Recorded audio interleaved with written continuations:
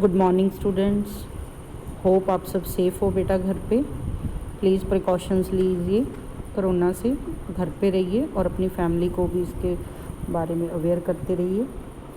तो हमारा जो बिज़नेस इन्वायरमेंट है बेटा, उसका हमारा इंटरनेशनल ट्रेड का टॉपिक हमने किया था। उसके बाद ट्रेंड्स इन इंटरनेशनल ट्रेड क्या रही हैं, क्या चेंज आया है उसमें और उसके क्या पॉजिटिव नेगेटिव इफ़ेक्ट हैं economic growth of the country पे, वो डिस्कस किए थे। आज हम कर रहे हैं international economic grouping.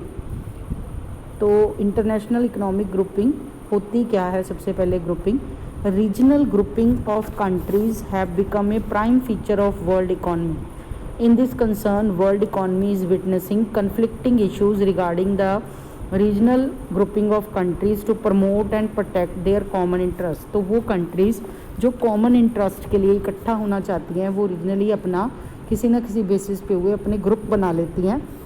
On the one side the phenomena had gone all time high that the whole world has become a global village in which all the member countries can freely move and trade। वैसे तो international trade यही है, लेकिन countries जो हैं वो अपनी grouping कर लेती हैं अपनी किसी भी बेसिस को लेके। अलग अलग बेसिस हो सकते हैं, एरिया वाइज बेसिस हो सकते हैं, डेवलप्ड और अंडर डेवलप्ड कंट्रीज़ है वो बेस हो सकता है। तो वेरियस बेसिस के ऊपर पे वो अपने ग्रुप्स बना लेती हैं ताकि एक दूसरे को प्रमोट कर सकें और उसकी हेल्प है जो कर सकें और फ्रीली ट्रेड कर सकें एक दूसरे के साथ, जिसको हमने पिछले चैप्टर में ट्रेडिंग ब्लॉक्स भी जो है नाम दिया था। Grouping of countries, the term grouping of countries refers to the model in which few countries whether from a single continent. आपको पता है कि कॉन्टिनेंट होते हैं, जैसे हम एशिया कॉन्टिनेंट में रहते हैं इंडिया में, तो इस तरह से कॉन्टिनेंट होते हैं। हो सकता है वो सिंगल कॉन्टिनेंट से बिलोंग करती हों, फ्रॉम डिफरेंट कॉन्टिनेंट से हो सकती हैं, कोई यूरोप की हो सकती है, कोई इंडिया की कंट्री हो सकती है, एशिया की कंट्री हो सकती है। Different continent come together on a single platform either bye formal और एन इनफॉर्मल एग्रीमेंट। तो ग्रुपिंग क्या है कंट्रीज़ की? एक मॉडल है जिसके थ्रू कुछ कंट्रीज़ इकट्ठी होती हैं, एक सिंगल प्लेटफॉर्म पे आती हैं, फॉर्मली या इनफॉर्मली एग्रीमेंट करके। वो जो कंट्रीज़ हैं वो किसी एक कॉन्टिनेंट की हो सकती हैं, सारी कंट्रीज़ ही हो सकता है डिफरेंट कॉन्टिनेंट से बिलोंग करती हूँ। The groups are usually form किए जाते हैं as a part of the strategic plan to protect their common interest both politically as well as economically. तो यूजली क्यों फॉर्म किए जाते हैं? ताकि जो उनका कॉमन इंटरेस्ट है उसको अचीव किया जा सके और उनको प्रोटेक्ट किया जा सके। पॉलिटिकली अगर उनके कोई हक हैं उनको मारा जा रहा है, या फिर इकोनॉमिकली अगर उनको कोई जो है बचाने नुकसान हो रहा है उसको बचाने के लिए, तो वो इकट्ठी होती हैं।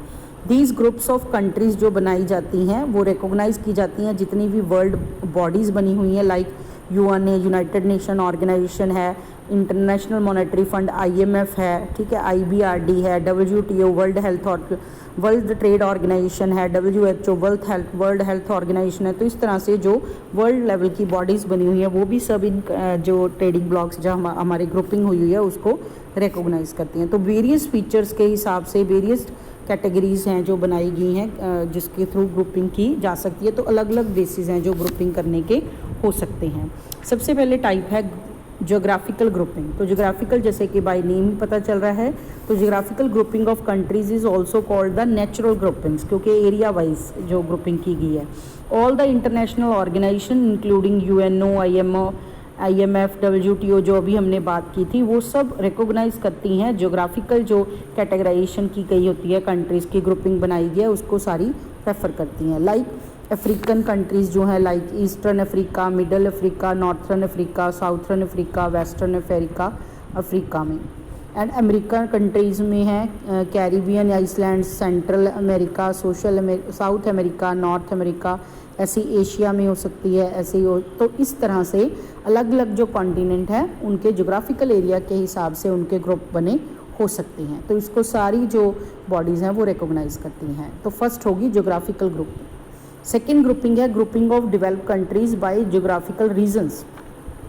कौन सी कंट्रीज़ की? डेवलप्ड कंट्रीज़, जो ऑलरेडी डेवलप्ड कंट्रीज़ हैं उनकी ग्रुपिंग है जो हुई है जोग्राफिकल रीजन्स के बेसिस के ऊपर। On the basis of development the countries are identify किया जाता है किसकी कम डेवलपमेंट है किसकी ज़्यादा, and as the developed countries of the world the developing countries of the world and the least developed countries of the world. तो categorisation wise किया जाता है कौन सी कंट्रीज डेवलप्ड कंट्रीज हैं, कौन सी डेवलपिंग कंट्रीज हैं और कौन सी बिल्कुल ही अंडर डेवलप्ड या लीस्ट डेवलप्ड कंट्रीज हैं, उसके हिसाब से उसकी कैटेगराइजेशन है जो की जाती है। Developing countries developed countries by geographical regions इसने क्लासिफिकेशन दी है, लाइक अमेरिका में Bermuda, United States of America, Canada including Puerto Rico and Greenland, United States विजाइना। तो इस तरीके से इसमें 7 कंट्रीज़ हैं जो अमेरिका कॉन्टिनेंट में दिए हैं, एशिया कॉन्टिनेंट में 2 इजराइल और जापान को दिया है डेवलप्ड के बेसिस के ऊपर, ओशिनिया में ऑस्ट्रेलिया एंड न्यूजीलैंड को दिया है। तो इस तरह से उसकी कैटेगराइजेशन है जो की गई है on the basis of developed countries की, उनकी रीजनल जोग्राफिकल रीजन्स के बेसिस पे ओके जो डेवलप्ड हैं। थर्ड ग्रुपिंग जो गिवन है बेटा that is grouping of highly indebted land locked developing and least developed countries. तो जैसे हमने पहला जो सेकंड कैटेगराइजेशन है वो हो गई जोग्राफिकल हुई, पर किन की हुई, सिर्फ डेवलप्ड कंट्रीज़ की। जो थर्ड जो हमारी कैटेगराइजेशन है ग्रुपिंग है वो है हाईली इंडेबिटेड, हाईली इंडेबिटेड जो उनको हम बोल सकते हैं heavily indebted poor countries of the world जो हैं उनकी कैटेगराइजेशन, जिसमें इसमें 40 कंट्रीज़ डाली हुई हैं, उनका एक ग्रुप बना हुआ है। सेकेंड है land locked developing countries. Land locked का मतलब है कि वो कंट्रीज़ जिनकी कोई भी सीमा बाउंड्री जो है वो किसी भी समुद्री जो किनारा है नहीं लगता, उनका समुद्र के साथ जुड़ी हुई नहीं है कोई भी उनकी बाउंड्री जो है, तो उनको हम लैंड लॉक्ड कंट्रीज़ बोलते हैं। तो उनकी एक कैटेगराइजेशन की गई है जिसमें 31 कंट्रीज़ हैं जो डाली गई हैं। स्मॉल आइसलैंड्स डेवलपिंग स्टेट्स हो सकते हैं या डेवलपिंग कंट्रीज़ हो सकती हैं जो धीरे धीरे डेवलप कर रही हैं state, and least develop countries जिनकी बिल्कुल ही अंडर डेवलप है, जिनकी डेवलपमेंट नहीं हो पाई है। तो इस तरीके से अलग अलग कैटेगराइजेशन की गई है। हैवली इंडेप्टेड पुअर जो बहुत सारा पैसा जो बर्डन है उसने ले रखा है दूसरी संस्थाओं से या ऑर्गेनाइजेशन से, बॉडीज से होकर, इंडिपेंडेंट एंड पुअर कंट्री हैं 40, लैंड लॉक्ड कंट्रीज 31 कंट्रीज उसमें डाली हुई है, उनका एक ग्रुप बना हुआ है। 29 स्मॉल जो डेवलपिंग कंट्रीज़ हैं उनका, और लीस्ट डेवलप कंट्रीज़ का 48 कंट्रीज़ का जो ग्रुप है जो बना हुआ है। तो इस तरीके से जो उनकी परफॉर्मेंस के बेसिस के ऊपर या उनकी डेवलपमेंट स्टेज के बेसिस के ऊपर उनकी जो कैटेगराइजेशन है की गई है। नेक्स्ट है फोर्थ आपकी ग्रुपिंग जो है दैट इज़ ट्रांजिशनल इकोनॉमिक्स। तो ट्रांजिशनल इकोनॉमीज़ का क्या है, जो कंट्रीज़ अपना स्ट्रक्चर चेंज कर रही हैं, पहले से स्ट्रक्चरल चेंजेस जिनमें आ रही हैं, which is changing from a centrally planned economy to a free market economy में अपने आप को कन्वर्ट करने की कोशिश कर रही हैं। इट मीन्स पहले वो सेंट्रली प्लान्ड इकॉनमी थी लेकिन वो अब फ्री कर रही हैं अपनी ट्रेडिंग को मार्केट इकॉनमी में, तो उसमें इस तरह से अपने में चेंज ला रही हैं, उनको हम ट्रांजिशनल इकॉनमीज़ बोलते हैं। तो ये ट्रांजिशनल इकॉनमीज़ हैं, इनका सबका एक ग्रुप बना हुआ है जो पहले से अपने स्ट्रक्चर में चेंजेस हैं जो ला रही हैं। ये थी फोर्थ कैटेगराइजेशन या ग्रुपिंग। नेक्स्ट है grouping of countries on the basis of certain economic parameters. कुछ इकोनॉमिक पैरामीटर के बेसिस के ऊपर भी कैटेगराइजेशन है या ग्रुपिंग है कंट्रीज़ की जाती है। तो लाइक इसमें दिया है पेट्रोलियम एंड गैस एक्सपोर्टर्स कितनी कंट्रीज़ हैं, तो 12 कंट्रीज़ उसमें डाली गई हैं। अफ्रीका की कितनी, अमेरिका की कितनी, एशिया की कितनी, इस तरह से। उसके बाद है major exporters of manufactured of goods.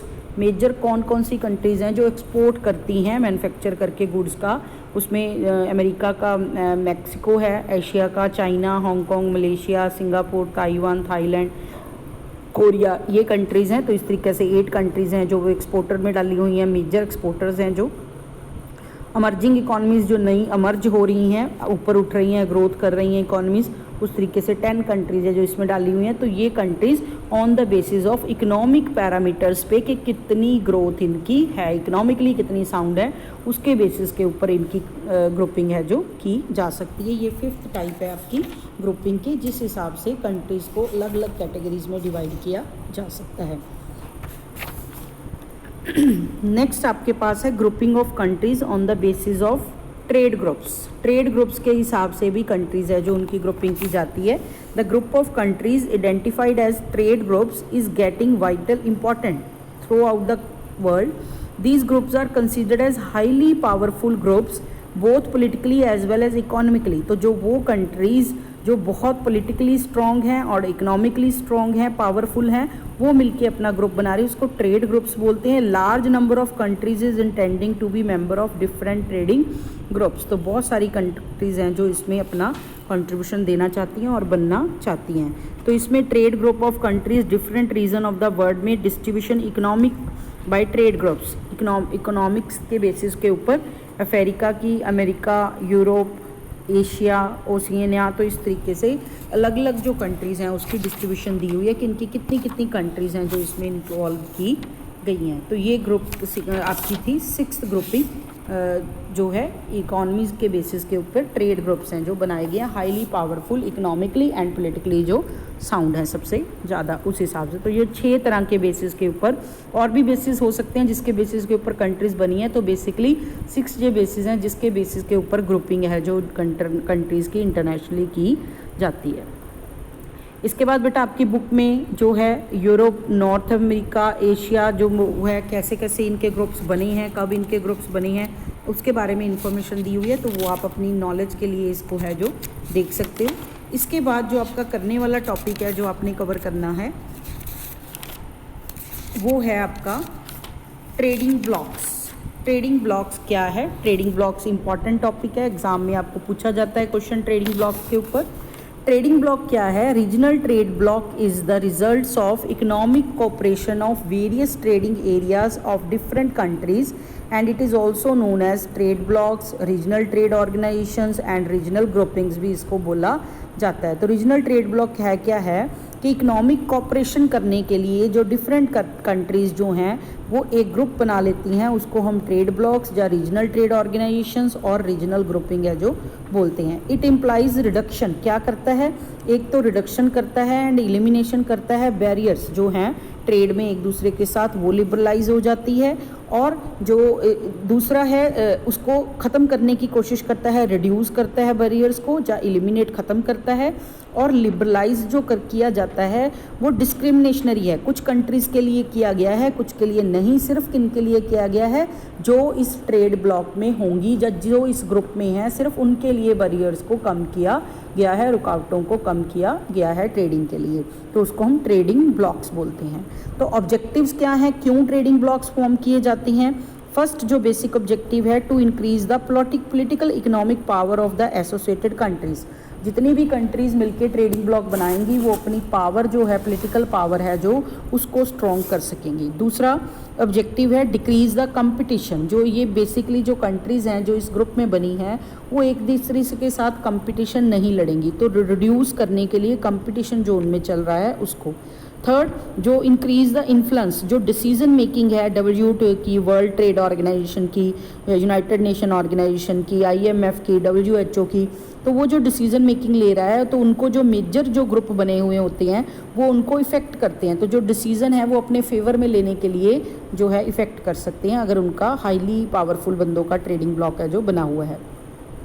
Next, to reduce the documentation requirements in cross border. तो अगर एक दूसरी कंट्री के साथ वो ट्रेडिंग करना चाहती हैं तो सेम ग्रुप के बंदे हैं तो उनको डॉक्यूमेंटेशन है जो उतनी फॉलो नहीं करनी पड़ेगी, रिक्वायरमेंट नहीं पड़ेगी क्योंकि वो सेम ट्रेडिंग ब्लॉक में हैं। Next, to seek the help of member nations. अगर कोई इकोनॉमिक या नॉन इकोनॉमिक एमरजेंसी आती है इन कंट्रीज़ को जो एक ग्रुप में हैं तो वो एक दूसरे की हेल्प कर सकें। To appreciate the exchange rate of currencies of the member nations by influencing the demand and supply of currencies. किसी भी कंट्री का जो है जो सेम ट्रेडिंग ब्लॉक में है उनका करेंसी रेट कम ना होने देना, डिमांड और सप्लाई से उसके रेट को जो करेंसी वैल्यू है उसको मैनेज करना। Next, to improve military relations. अच्छे रिलेशन है जो कंट्रीज़ में बना के रखना, तो कॉपरेशन वाला रिलेशनशिप है जो बना के रखना ताकि लड़ाई वगैरह आपस में वॉर है जो ना हो। To use the strengths of member nations in growth and development of member countries. तो जो मान लो कुछ स्ट्रॉन्ग कंपनीज आपके ग्रुप कंट्रीज़ आपके ग्रुप में हैं, कुछ थोड़ी वीक कंट्रीज़ आपके ग्रुप में हैं, तो जो स्ट्रॉन्ग कंट्रीज़ हैं उनके उस स्ट्रेंथ का फ़ायदा उठा सके जो मेंबर कंट्रीज़ हैं जो थोड़ी कम है उससे। To seek technical help and guidance of member nations on different aspects. तो जो ज़्यादा डेवलप्ड कंट्रीज़ हैं उनसे टेक्निकल गाइडेंस एंड हेल्प है जो वो थोड़ी वीकर जो कंट्रीज़ हैं वो उनसे ले सकें। तो ये बेसिकली ट्रेडिंग ब्लॉक के ऑब्जेक्टिव्स हैं। नेक्स्ट है to protect the domestic industries जो हैं उनको बचाने के लिए, ताकि कंपटीशन है जो ज़्यादा ना लड़ा जाए, ठीक है। To make optimum use of natural resources जो आपके पास अवेलेबल हैं उनका मैक्सिमम यूटिलाइज़ किया जाए, ताकि आप डिफरेंट कंट्रीज़ को सप्लाई कर सको, ताकि नेचुरल रिसोर्सेज हैं जो बेसिकली आपके ऑप्टिमली यूज़ हो जाएं। टैरिफ है जो गुड्स के ऊपर उसको रिड्यूस किया जा सके, और जो एक्सप्लॉइट किया जा रहा है डेवलपिंग कंट्रीज़ के द्वारा लीस्ट डेवलप कंट्रीज़ को, उसके ऊपर कंट्रोल किया जा सके। तो इन सारे कारणों के साथ ट्रेडिंग ब्लॉक्स हैं जो बनाए जाते हैं। इसके बाद बेटा आपके पास टॉपिक है types of regional trade blocks. Different तरह के ट्रेड ब्लॉक्स हो सकते हैं, जैसे हमने ग्रुपिंग की टाइप्स की हैं। प्रेफरेंशियल ट्रेडिंग एग्रीमेंट, एक तो लूजेस्ट फॉर्म है इकोनॉमिक इंटीग्रेशन की, इसमें कंट्रीज़ हैं जो फॉर्मल एग्रीमेंट करती हैं एक दूसरे के साथ कि गुड्स एंड सर्विसेज जो हम फ्रीली हैं एक दूसरे को ट्रांसफ़र कर सकते हैं, that is called preferential trading agreement. Second है custom union. Custom union removes barriers to trade in goods and services among themselves. तो कस्टम यूनियन जिनमें भी हुआ होगा वो आपस में बैरियर्स हैं जो उनको जो है रिमूव कर देंगे। Common market, it has no barriers to trade among members. In addition to this common market removes the restrictions जितनी भी हैं movement of factor of production, labour, capital, technology across the borders की जा सकती है अगर उनमें कॉमन मार्केट ट्रेड ब्लॉक है जो बनाया गया है। Free trade area, it is a permanent arrangement है, कुछ टाइम पीरियड के लिए नहीं किया गया है, कंप्लीट रिमूव कर दिया गया है जितने भी टैरिफ या गुड्स वगैरह पे उनके ऊपर लगाया गया था। Economic union, this represents full integration of the economies of 2 और more members countries in addition to different internal trade barrier सारी ख़त्म कर दी गई, ठीक है। एक्सटर्नल ट्रेड पॉलिसीज़ हैं जो अपलाया गया, अबॉलिश कर दी जितनी भी रिस्ट्रिक्शन थी फैक्टर ऑफ प्रोडक्शन के ऊपर, फ्री बिल्कुल टोटली फ्री कर दिया गया उसको, economic union. Political union, which some degree of political integration, often companies economic integration politically उन्होंने इकट्ठा होने के लिए, ताकि प्रेशर है जो मेंटेन किया जा सके डिसीजन लेने के लिए बॉडी के, तो उसको हम बोलेंगे पॉलिटिकल यूनियन। तो अलग अलग मोटिव हो सकते हैं, इकोनॉमिक मोटिव हो सकता है, कॉमन मार्केट मोटिव हो सकता है, ठीक है, प्रेफरेंशियल ट्रेडिंग हो सकता है, पॉलिटिकल यूनियन क्रिएट करना मोटिव हो सकता है। तो अलग अलग मोटिव्स के साथ ट्रेडिंग ब्लॉक्स हैं जो बनाए जाते हैं। इसके बाद बेटा आपके पास एक टॉपिक है major regional trading blocs, trade blocs. कौन कौन से मेजर ट्रेड ब्लॉक्स बने हुए हैं ये आपको याद करने पड़ेंगे। एग्ज़ाम में क्वेश्चन शॉर्ट नोट में भी पूछा जा सकता है, लॉन्ग भी आ सकता है, लेकिन शॉर्ट नोट में भी क्वेश्चन पूछा जा सकता है मेजर रीजनल ट्रेड ब्लॉक का। जैसे बाय नेम सार्क पूछ लिया जाता है, तो सार्क क्या है, उसमें कौन कौन सी कंट्रीज़ हैं जो इन्वॉल्व हैं। तो यूरोपियन यूनियन क्या है, तो यूरोपियन यूनियन जो है largest and the most comprehensive of the regional economic group है जो बनाया गया है, ताकि to abolish internal tariffs in order to move, क्या किया जा सके, ताकि टैरिफ है जो उसको हटाया जा सके, ताकि क्लोजली जितनी भी इंटीग्रेटेड ईयू के अंडर कंट्रीज आ रही हैं वो एक दूसरे को इकोनॉमिक कॉपरेशन दें एंड फर्दर पॉलिटिकल कन्फ्लिक्ट हैं जो उनको दूर किया जा सके। It includes European Economic Community, later it is called European Community के नाम से भी इसको जाना जाता है। तो इस तरीके से यूरोपियन यूनियन का बना हुआ है, नेफ्टा बना हुआ है, जो सार्क की मैंने अभी बात की थी बहुत बार एग्जाम में पूछा गया है, South Asian Association for Regional Cooperation, SAARC का meaning South Asian Association for Regional Cooperation. It came into existence December 1985 में आया था। The successful performance of this trading block is for economic development of the member countries हैं जो किया गया है and improve किया जाए एम्प्लॉयमेंट अपॉर्चुनिटीज़ को, तो इकोनॉमिक डेवलपमेंट भी की जाए और एम्प्लॉयमेंट अपॉर्चुनिटीज़ एक कंट्री से दूसरी कंट्री में प्रोवाइड की जाएँ।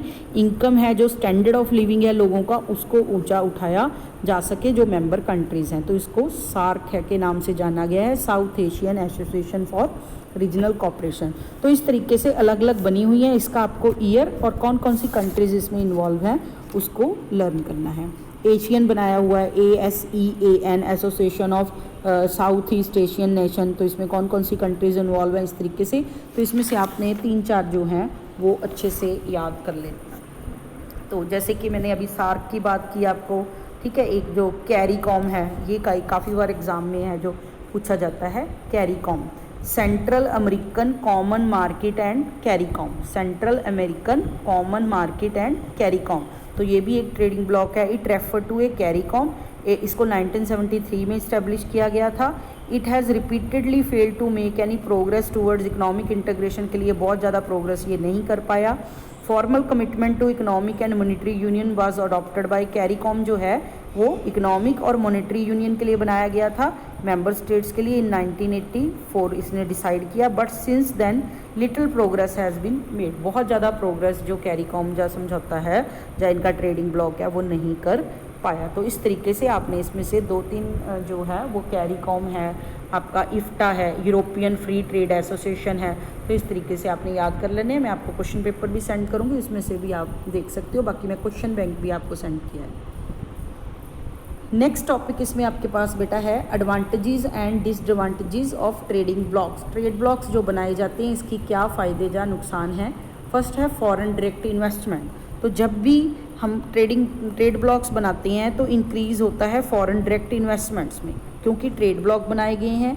इकोनॉमिक बेनिफिट है जो इकोनॉमीज़ ऑफ पार्टिसिपेटिंग नेशंस जो हैं उनको सारे को इकोनॉमिकली फ़ायदा होता है।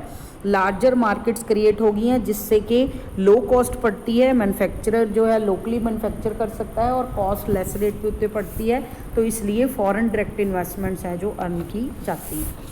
Economies of scale, large markets created by trading block से बड़ी मार्केट्स बन गई हैं, तो आप लार्ज स्केल पे प्रोडक्शन कर सकते हो। जब लार्ज स्टेज पे प्रोडक्शन की जाती है तो हमेशा जो है वो फ़ायदा है जो है वो होता है इकोनॉमीज़ ऑफ स्केल हैं जो होती हैं, तो इकोनॉमीज़ ऑफ स्केल का फ़ायदा है जो उठाया जा सकता है। थर्ड है कंपटीशन। ट्रेडिंग ब्लॉक्स है जो मैन्युफैक्चरर्स इन न्यूमरस कंट्रीज़ है को क्लोज़र ले आता है, तो उनका जो कंपटीशन है वो पहले से वो डिक्रीज़ हो जाता है और अकॉर्डिंगली इंक्रीज़ कंपटीशन अगर उनमें इंक्रीज़ भी होता है तो वो इंक्रीज़ कंपटीशन है उनको प्रमोट करता है कि एफिशिएंटली सारी फर्म्स हैं जो वो वर्क करें, तो हेल्दी कंपटीशन है जो उनमें होता है। Trade effects, trade blocks eliminate tariffs जितने भी लगाए गए हैं, जो कॉस्ट है इंपोर्ट्स की उसको डाउन करता है। As a result demand change होती है, कंज्यूमर्स जो हैं लोएस्ट प्राइस के ऊपर उनको गुड्स हैं जो कम्पिटिटिव रेट के ऊपर प्रोवाइड है जो होती हैं। मार्केट एफिशिएंसी एक फ़ायदा है। The increased consumption experience with change in demand, क्योंकि चेंज हो रही है तो ग्रेटर अमाउंट ऑफ प्रोडक्ट हैं जो बनाए जाते हैं, इन रिज़ल्ट एफिशिएंट मार्केट है जो बनती है। ठीक है, तो इस तरीके से मार्केट है जो वो एफिशिएंटली काम करने शुरू कर देती है, क्योंकि बहुत जो हाईली डेवलप कंट्रीज़ की मार्केट है उसके साथ भी आप compete करते हो। इसके साथ साथ कुछ डिसएडवांटेजेस हैं ट्रेडिंग ब्लॉक्स की, तो उसमें है रीजनलिज्म वर्सेस मल्टीनेशनलिज्म। तो रीजनलिज्म के ऊपर जोर दिया जाता है, जो कंट्रीज़ मेंबर बन जाती हैं सिर्फ उनकी प्रमोशन के ऊपर जोर दिया जाता है। दूसरी कंट्रीज़ के साथ बहुत ज़्यादा कंपटीशन लेवल है जो इंक्रीज़ हो जाता है। तो मेजर जो कंट्रीज़ हैं सिर्फ रीजनल ट्रेड के ऊपर ध्यान देती हैं, दूसरी कंट्रीज़ के साथ ग्लोबल इंटरेक्शन है उस पर जोर नहीं दिया जाता। सेकेंड है लॉस ऑफ सॉवरेनिटी। एक ट्रेडिंग ब्लॉक जो बना है तो जिसमें अगर पॉलिटिकल यूनियन उसमें की गई है तो दूसरी कंट्रीज़ जो हैं जो पार्टिसिपेशन कंट्रीज़ हैं जो थोड़ी लो हैं एज़ कम्पेयर टू एक हाई कंट्री या डेवलप्ड कंट्रीज़ उसमें डाली गई है, तो बाकी जो अपनी जो सॉवरेनिटी है उनकी वो आइडेंटिफिकेशन है जो वो नहीं बन पाती जो उनकी अकेले में थी। नेक्स्ट है concessions. No country wants to let foreign firms gain domestic market share. कोई भी कंट्री नहीं चाहेगी कि हमारा जो डोमेस्टिक शेयर है वो फॉरेन मार्केट अपना ले जाए, तो विदाउट अगर उसको कुछ रिटर्न में नहीं मिल रहा, तो any country that wants to join a trading bloc उसको पहले से प्रिपेयर होना चाहिए कि उसको कुछ कंसेशंस है जो देने पड़ेंगे ताकि जो मेंबर कंट्रीज़ हैं जो वो आपकी मार्केट्स को भी कैप्चर है जो कर सकें। तो इस तरीके से ये कुछ इसके डीमेरिट्स के पॉइंट हैं। एक है इंटरडिपेंडेंस, क्योंकि ट्रेडिंग ब्लॉक बन गए हैं, इंक्रीज़ हो गई है उनमें पार्टिसिपेशन आपस में, तो धीरे धीरे उनकी डिपेंडेंसी है जो एक दूसरे के ऊपर हो जाती है, तो कंट्रीज़ एक दूसरे के ऊपर ट्रेडिंग ब्लॉक की सेम ट्रेडिंग ब्लॉक की इंटरडिपेंडेंट हो जाती हैं, और बाद में अगर कोई इस तरह से उनमें कन्फ्लिक्ट होते हैं तो बाद में उनको एक अकेले जो है वो सर्वाइव करना मुश्किल हो जाता है। तो पार्टिसिपेटिंग कंट्रीज़ जो हैं उनको इनके कॉन्सिक्वेंसेस है जो वो झेलने पड़ते हैं। तो ये था बेटा आपका इंटरनेशनल इकोनॉमिक ग्रुपिंग का चैप्टर। तो इसमें आप अगर आप क्वेश्चंस देखें तो इसमें देखें नाफ्टा पूछा है, एशियन पूछा है, ईयू अभी हमने किया था यूरोपियन यूनियन का, सार्क अभी हमने किया है, साउथ एशियन वाला, एप्टा, रीजनल ग्रुपिंग क्या होती है, तो इस पर इसने शॉर्ट नोट पूछा है। तो शॉर्ट नोट के लिए ये जो मेजर कंट्रीज़ का हमने जो किया है वो बहुत इंपॉर्टेंट है कि उसमें कौन कौन सी कंट्रीज़ हैं इन्वॉल्व हैं। State and explain the objective regarding क्यों ग्रुपिंग है जो कंट्रीज़ की जाती है, हमने ऑब्जेक्टिव्स किए हैं ट्रेडिंग ब्लॉक्स के भी। What are the different basis जिसके ऊपर इंटरनेशनल ग्रुपिंग की जाती है, जो हमने बेसिस अभी किए थे कि जोग्राफिकल ग्रुपिंग हो सकती है, डेवलप के बेसिस पे हो सकती है, पुअर और उस पे बेसिस पे ऊपर हो सकती है। तो अलग अलग जो ग्रुपिंग की टाइप्स हमने की हैं उसके ऊपर क्वेश्चन पूछा गया है। एक क्वेश्चन बेटा आपका WTO वगैरह के ऊपर पूछा हो जा सकता है, वर्ल्ड ट्रेड ऑर्गेनाइजेशन वगैरह के ऊपर, तो उसके ऊपर मैं एक वीडियो आपको ज़रूर सेंड करूँगी। तो इसके लिए साथ ही हमारा जो बिज़नेस इन्वायरमेंट का सिलेबस है वो बेटा कंप्लीट होता है। मैं आपको क्वेश्चन बैंक पहले भी सेंड किया था, मैं आपको बाकी इसके क्वेश्चन पेपर जो पिछले सालों के हैं वो भी मैं आपको ग्रुप में सेंड करूँगी। और एक मैंने आपको बोला है कि WTO की वीडियो है जो मैं आपको वो भी सेंड करूँगी कि उसके ऊपर क्वेश्चन पूछ सकते हैं। तो बेस्ट ऑफ लक बेटा, अपने एग्ज़ाम्स के लिए रेडी रहिए। 15 मई के बाद कभी भी आपके एग्ज़ाम्स हैं वो स्टार्ट हो सकते हैं। Thank you.